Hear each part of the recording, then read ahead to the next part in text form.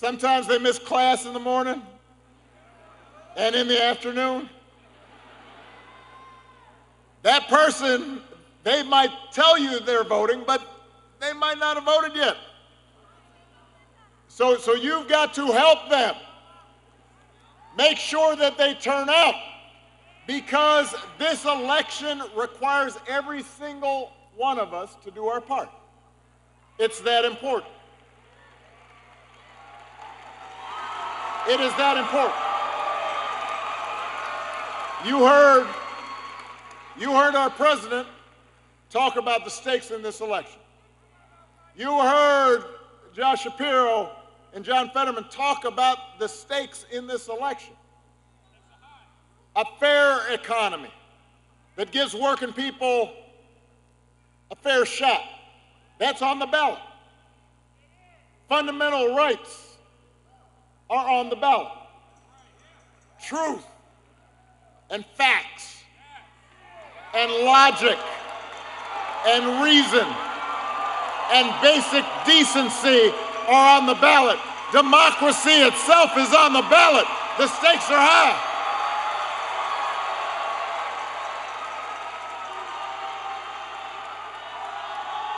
Yes. The stakes are high. But look, I want to be honest, because sometimes, political rallies, everybody's feeling optimistic, everybody's getting fired up. But I want folks to listen to this. I want people to be clear. Midterms are always hard for whichever party is in the White House. And typically midterms are tougher on Democrats. A lot of folks don't pay attention to politics the way they do in a presidential year. Maybe they don't think that Congress matters as much. Maybe they don't think their vote will matter as much. Younger people especially are less likely to vote in midterms, and that hurts Democrats because younger people trend in a more progressive direction. And I can tell you, I can tell you from experience that midterms matter a lot. Well, some of you are too young, but let me refresh your memories or give you a history lesson. When I was president, I got my butt whooped in midterm elections.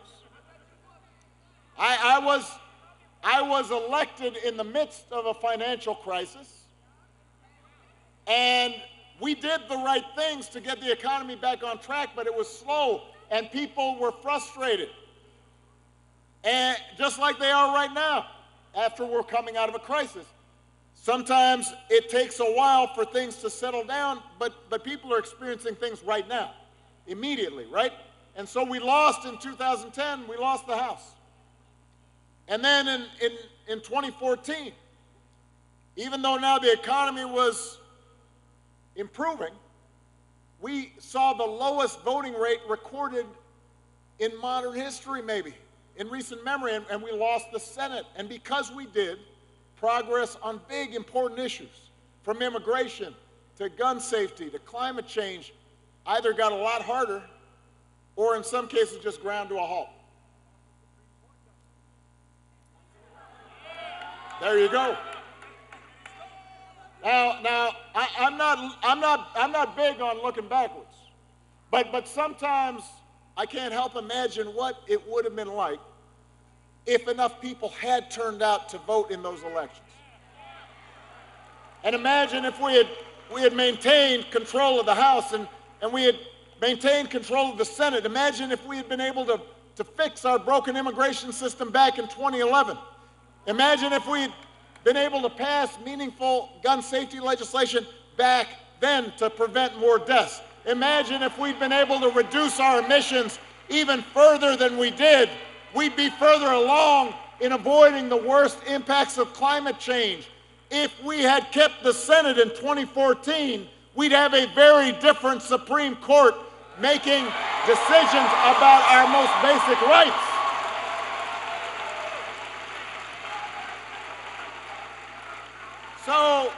So midterms are no joke.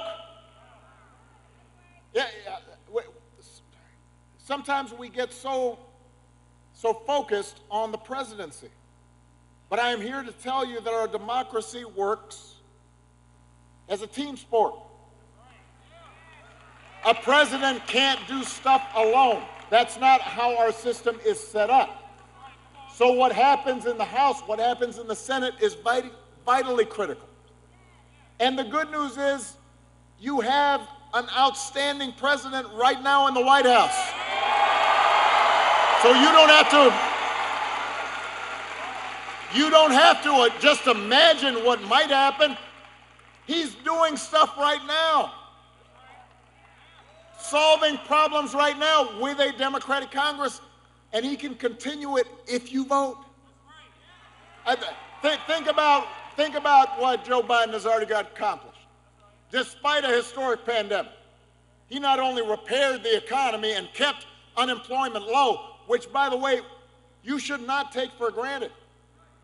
Because a lot of folks thought with a historic pandemic like that and the shutdown that we would potentially go into a Great Depression, and we did not. And unemployment is very low right now because of the actions he took. He's lowered health care and prescription drug costs.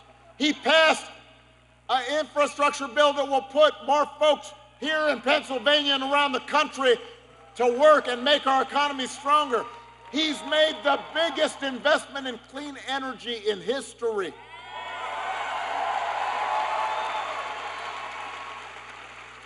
If you help Democrats keep the House and get a few more seats in the Senate, you can guarantee he'll make more progress on the issues you care about. You've seen what he's accomplished with the barest of margins. If you vote, he can do even more, but it depends on you.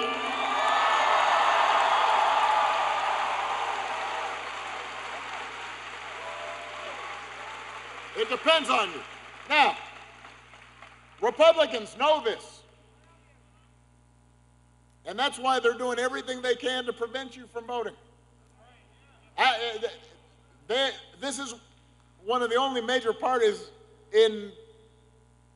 worldwide that actively tries to discourage citizens from voting. Hey, don't boo. Vote. Vote. They can't hear you boo, but they'll hear your vote.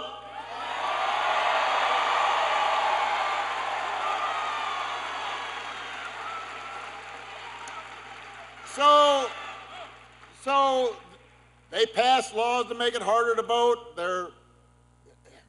A lot of times, many of the elected officials or the people who are running to run elections right now are suggesting that maybe they would not count votes, nullify votes, overturn votes. But the big tactic that they're going to use, because they always do this, especially in midterms, year after year, election after election, they will try to make you afraid. They will resort to fear. They want to scare the living daylights out of everybody. And most of the time, those fears have a very slender relationship to reality. So back in 2010, Republicans tried to make everybody afraid about deficits and death panels.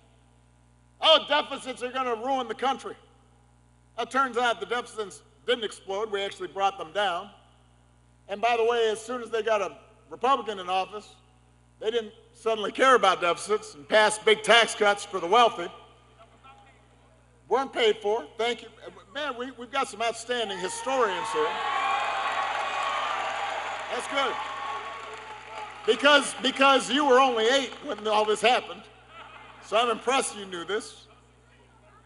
10 years later, not a single person has faced a death panel from Obamacare.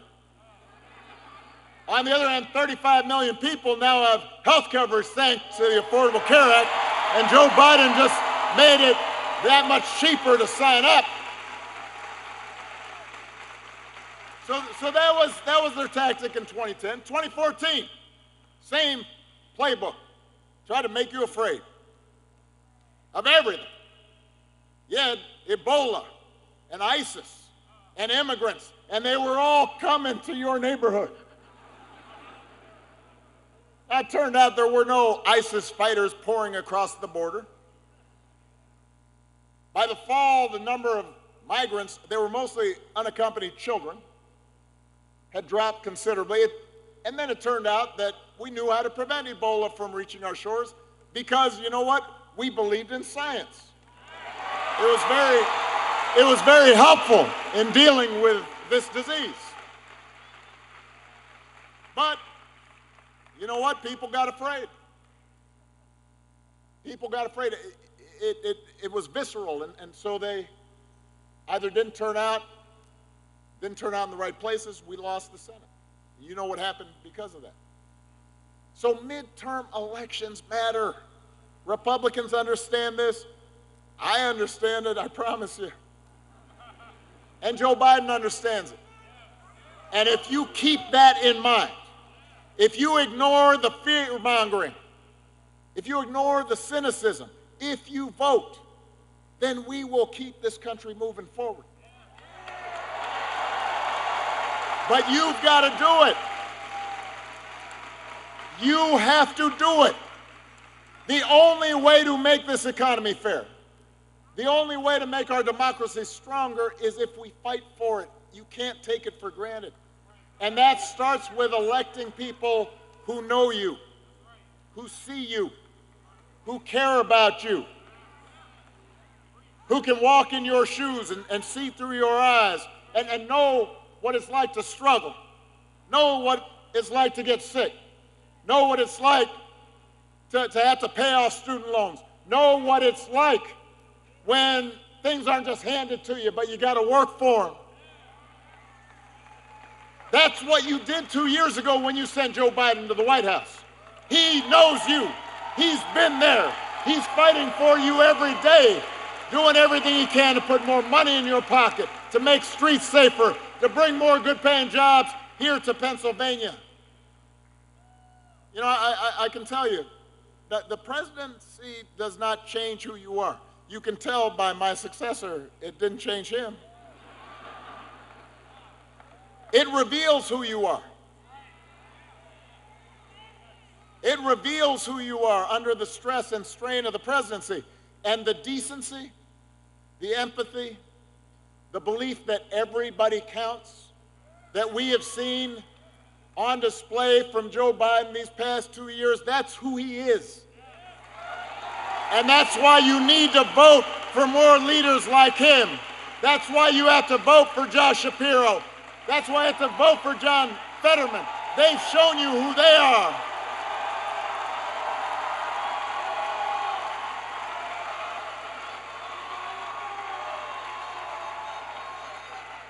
There are a lot of issues at stake in this election. But in every election, the most basic question you should be asking yourself right now is, who will fight for you? Who cares about you? That's the choice that you make in this election like every election. Who will fight for working people who are struggling to pay the bills? Listen, inflation is a real problem right now, not just here, but around the world. It's one of the after effects of the pandemic. It's screwed up supply chains, and it's been compounded by the war in Ukraine, which made energy prices shoot up. And it takes a bite out of everybody's paycheck. And it's frustrating and scary if you're on a fixed income. I get it. So does Joe. But the question is, who's actually going to do something about it? The Republicans who want to gut Social Security and Medicare while giving more tax cuts to the wealthiest among us, more tax cuts to big corporations? I don't think that's going to help you. Or is it Democrats like Joe Biden who are lowering the cost of prescription drugs and helping to bring down gas prices and oil companies accountable, and make health care more affordable. That's the choice in this election. I mean, who do you really think knows more about budgets and stuff and having to pay the bills? John Fetterman or Dr. Oz? Come on.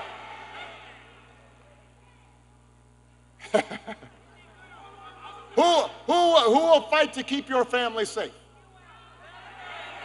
The Republican politicians who want to flood our streets with more guns, voted against more resources for police departments, or Democratic leaders who worked with Joe Biden to pass the first major gun safety legislation in nearly 30 years. That's the choice in this election. That's what's at stake right now.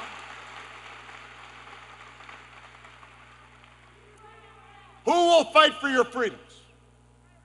Is it Republican politicians and judicial appointees who think they should get to decide who you love or when you start a family?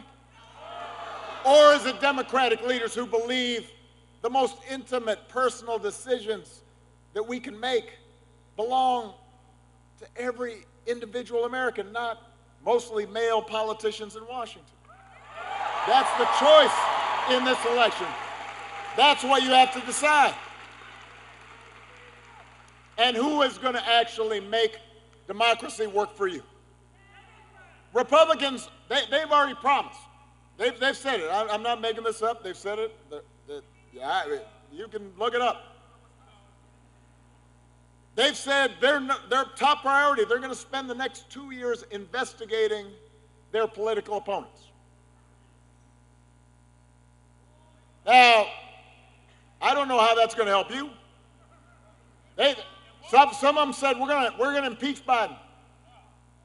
They're not quite sure why or what for, but that's irrelevant to them.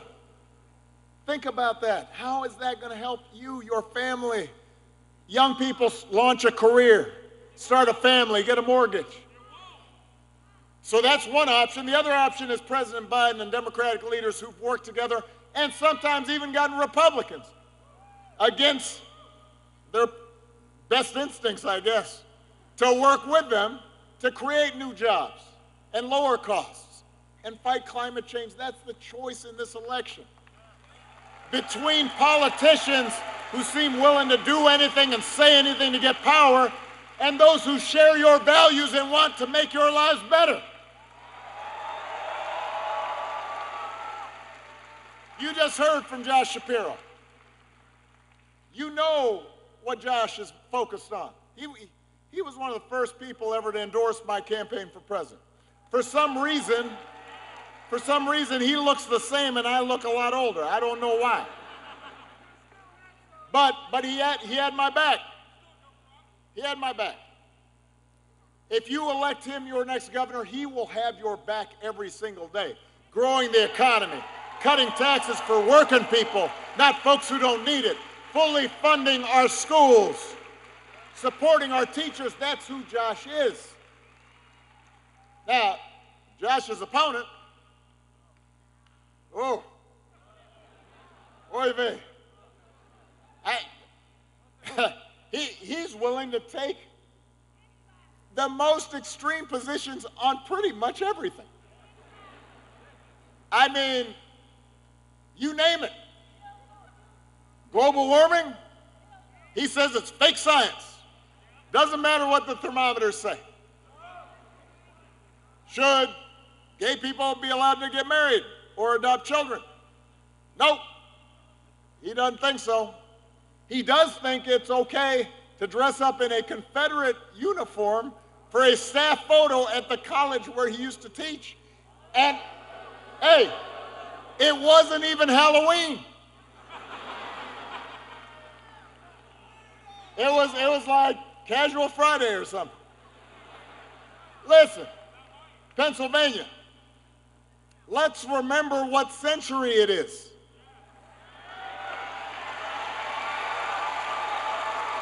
And listen, this would be funny, it would be an SNL skit if it weren't so serious. You cannot let somebody that detached from reality run your state. So let's get out and vote for somebody you can trust. Josh Shapiro.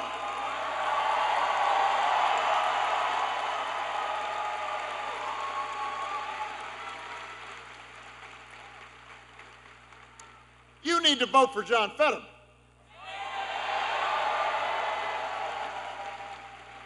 This is a guy who has been fighting for regular folks his whole life. You can tell, just talk to him. He's just a dude. He's just like, he is who he says he is. He does not pretend to be somebody else. He doesn't put on airs. He doesn't treat people differently depending on who he's talking to. You can tell what's in his heart, what's in his gut. As your senator, John will help build an economy that works for everyone, because that's his track record. As a mayor, as somebody who worked with kids who didn't have advantages. He's going to improve our criminal justice system. He'll lower costs for Pennsylvania families. And he's tough, and not just because he wears shorts in the winter, which I do not do. He knows what it's like to get knocked down. But John's stroke didn't change who he is. It didn't change what he cares about. And it will not change who he fights for when he gets to the United States Senate. He will fight for you.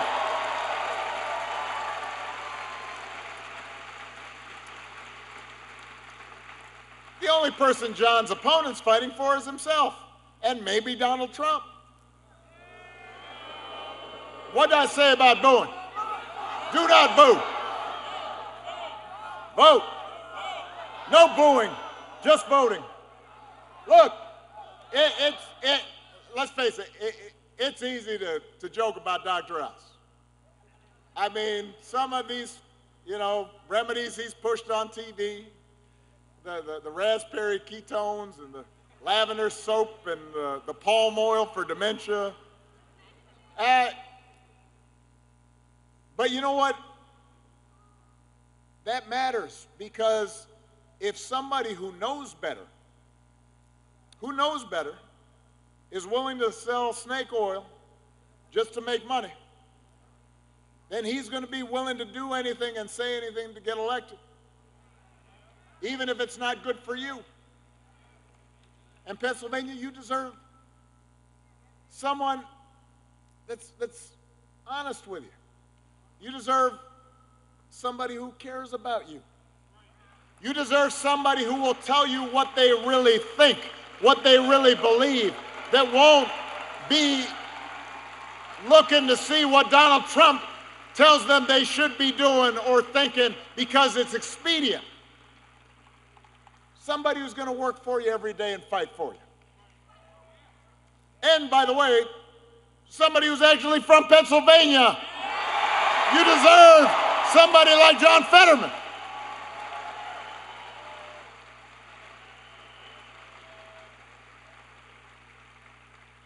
And you deserve leaders who will stand up for a woman's right to control her own body and make her own health care decisions. I genuinely believe there are people of good conscience who differ from me on abortion, and they should be free to make those choices as their conscience guides them. But we should all agree that women everywhere, whatever their economic station, whatever states they live in, should be able to control what happens with their own bodies. Josh's opponent says he thinks both women who get an abortion and the doctors who help them, who treat them, should be prosecuted. John's opponent said the decision about whether to have an abortion should be made by, quote, women, doctors, and local political leaders. Really? I mean, are you going to petition the mayor? Are you calling the sheriff? City council member? School board? Who exactly should tell you when to start a family? You should make that decision. And if that's not worth 15 minutes of your time, the amount of time it takes to vote, I don't know what is. But if you need another reason to go vote, consider the fact that democracy really is on the ballot. Listen, Democrats may not be perfect. I'm the first one to admit it. I wasn't perfect. Joe, he'll tell you, listen, you're making decisions all the time. We're all human. We all got foibles. But right now, at this moment, with a few notable exceptions, most Republican politicians aren't even pretending that the rules apply to them anymore. They're not even pretending that facts apply anymore. They just make stuff up. Josh's opponent was at the Capitol on January 6th. He was there. I mean, and you know, he wasn't just an observer. John's opponent hired people who were there to work on his campaign. He decided, well, now, yeah, I don't know if it was the guy with the Viking hat or who, but he decided I need that guy on my campaign.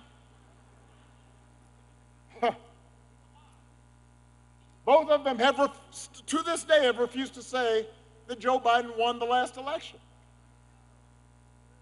Now listen, I understand that democracy might not seem like a top priority right now, especially when you're worrying about paying the bills. But when true democracy goes away, we've seen throughout history, we've seen around the world, when true democracy goes away, people get hurt. It has real consequences. This is not an abstraction. Governments start telling you what books you can read and which ones you can't. Dissidents start getting locked up. Reporters start getting locked up if they're not towing the party line. Corruption reigns because there's no accountability. People get hurt. There are consequences. There's a reason why generations of Americans fought and died for our democracy.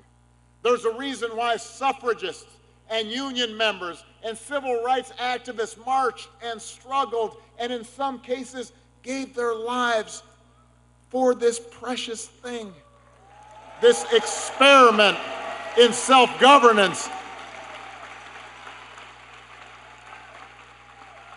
They understood how precious it was.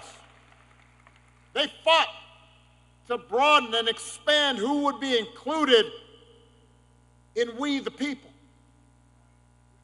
And they understood that when democracy withers, it's hard to restore. You can't take it for granted. You have to work for it. You have to nurture it. You have to fight for it. Now, the good news is you get to make a difference as long as you turn out to vote. You can fight for it as long as you turn out to vote. You can bolster and strengthen our democracy as long as you get out there and do what needs to be done.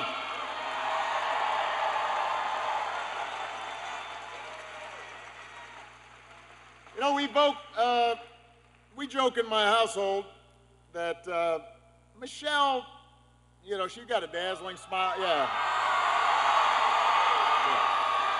I mean, listen, I understand there's, in terms of popularity, there's basically Michelle, Malia, Sasha, Sonny, our dog, then me. I understand. She's hot. She's smart. She is. She's charming. She's intelligent. I get it. But here's a little secret about Michelle. You know, in our household, she can be a little bit of the glass half empty person sometimes. You know, she can get a little discouraged about what she sees happening.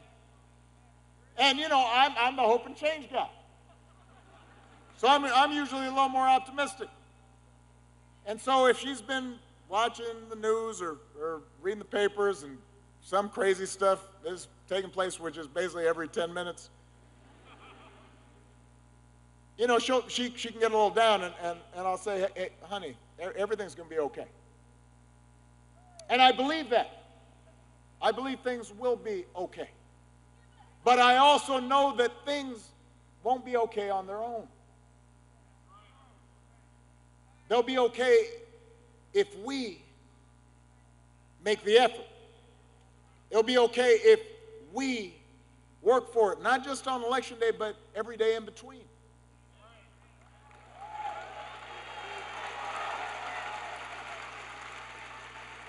And I know, look, I know some of you probably feel like Michelle does sometimes, because I feel, even me, the hope and change guy, I can get discouraged. Politics is so nasty and mean, and it just seems like people will say anything and do anything. And it can be depressing sometimes. And a lot of what we used to take for granted. Things like respect and common decency and telling the truth and believing in science and the idea that every vote should count and that the person with the most votes win. All that somehow has become controversial. But I was listening backstage to what Josh talked about, the experience of him running for governor and traveling around the state. And it reminded me of the experience that I had first as a state senator traveling around my district, and then as a U.S. Senate candidate in Illinois, and then as a presidential candidate.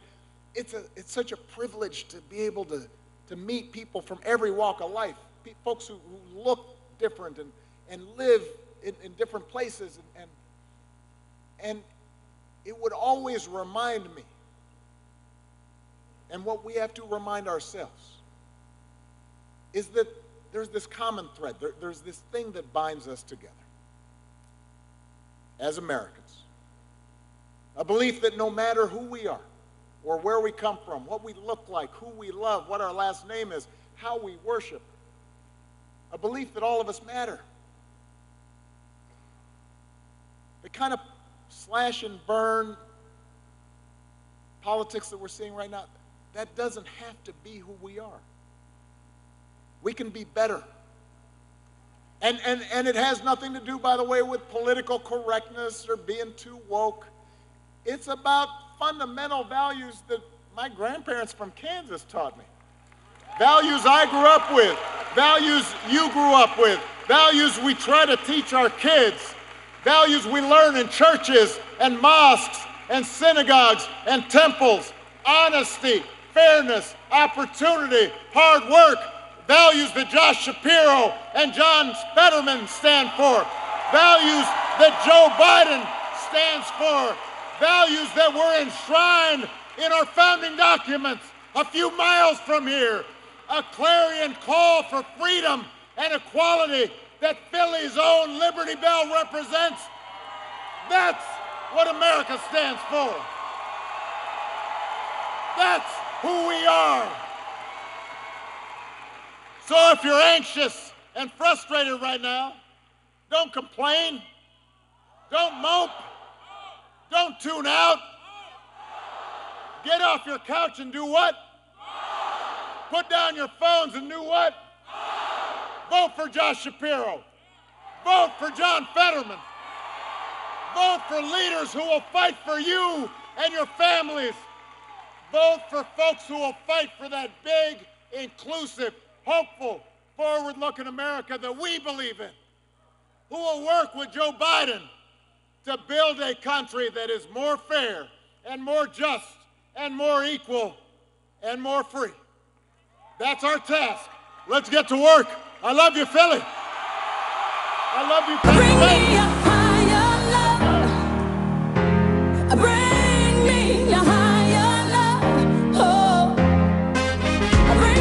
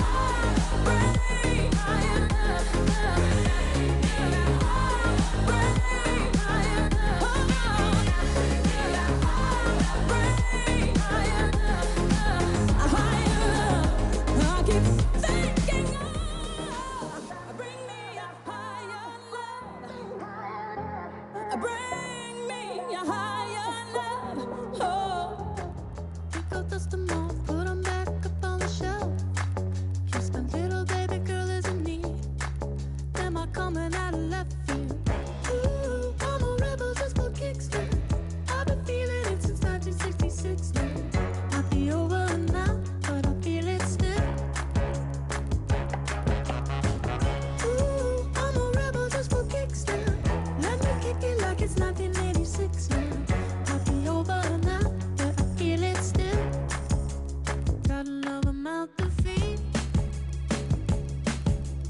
Leaving with the babies till the mama call the grave digger. Gone with the falling leaves. Am I coming out of left field? Ooh, I'm a rebel just for kicks now. I've been feeling it since 1966 now. Might have had your fill, but I feel it still.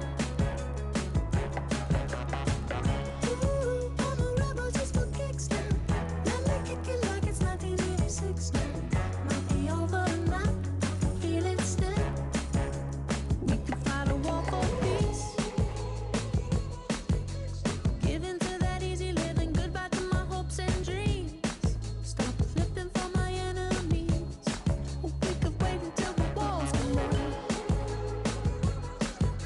It's time to give a little to the kids in the middle. Oh, till it falls, won't bother me.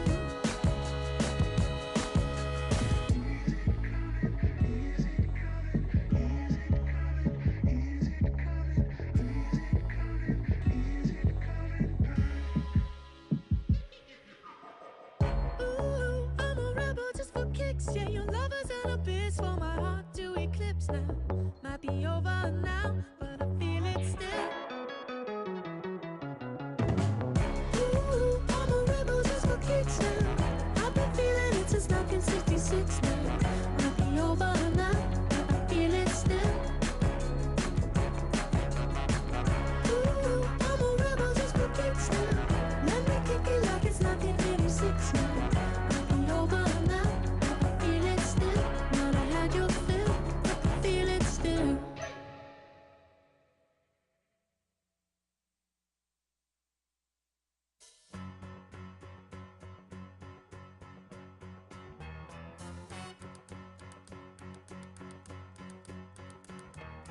Tumble out of bed and I stumble to the kitchen. Pour myself a cup of ambition and yawn and stretch and try to come to life.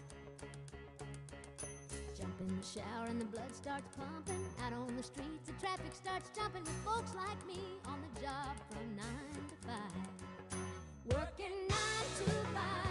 What a way to make a living. Barely getting by.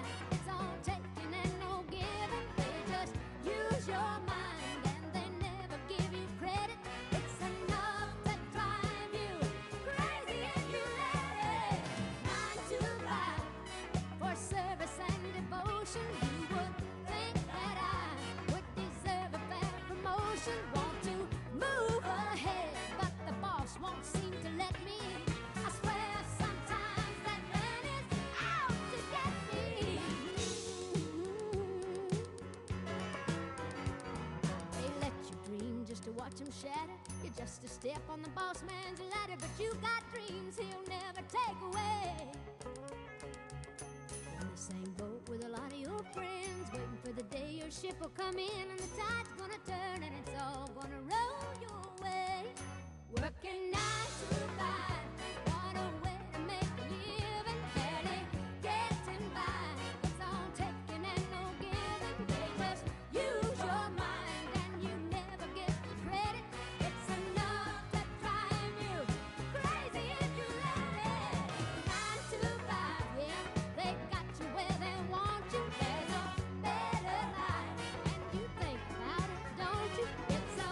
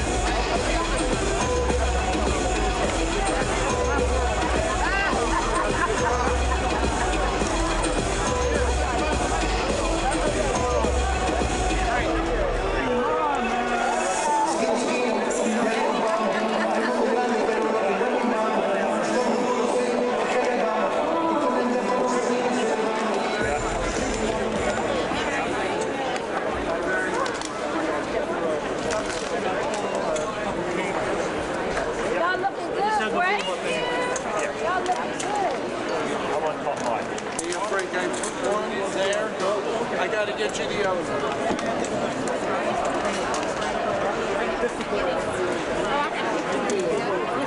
You want me to?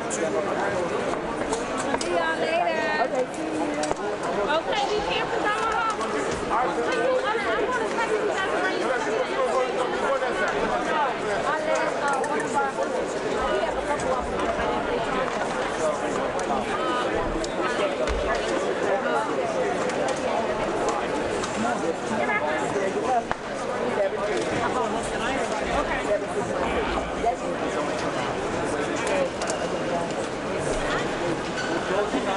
I'm ready. Be careful, lady.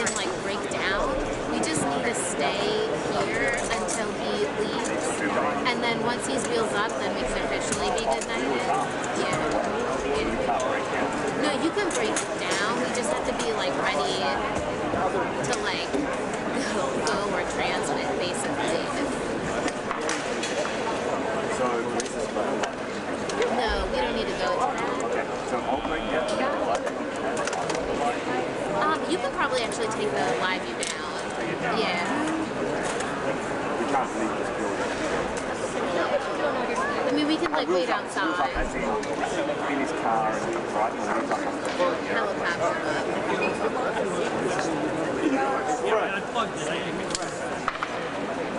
Thank you. I'll grab that. I mean, they'll kick us out of the building. We just have to like,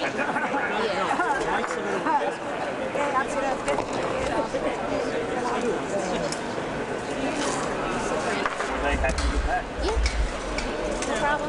The only weird thing was, and I didn't flag it in time, was the mole, which you flagged, and then that mole drop shoe, I didn't flag, and I didn't flag that one, and I should have. So that was my own fuck, but I just, nobody really takes it anyway, so I didn't care. I was just aware, because I didn't want, you know, I needed something to like, these ladies are holding the music, this is bouncing up and down.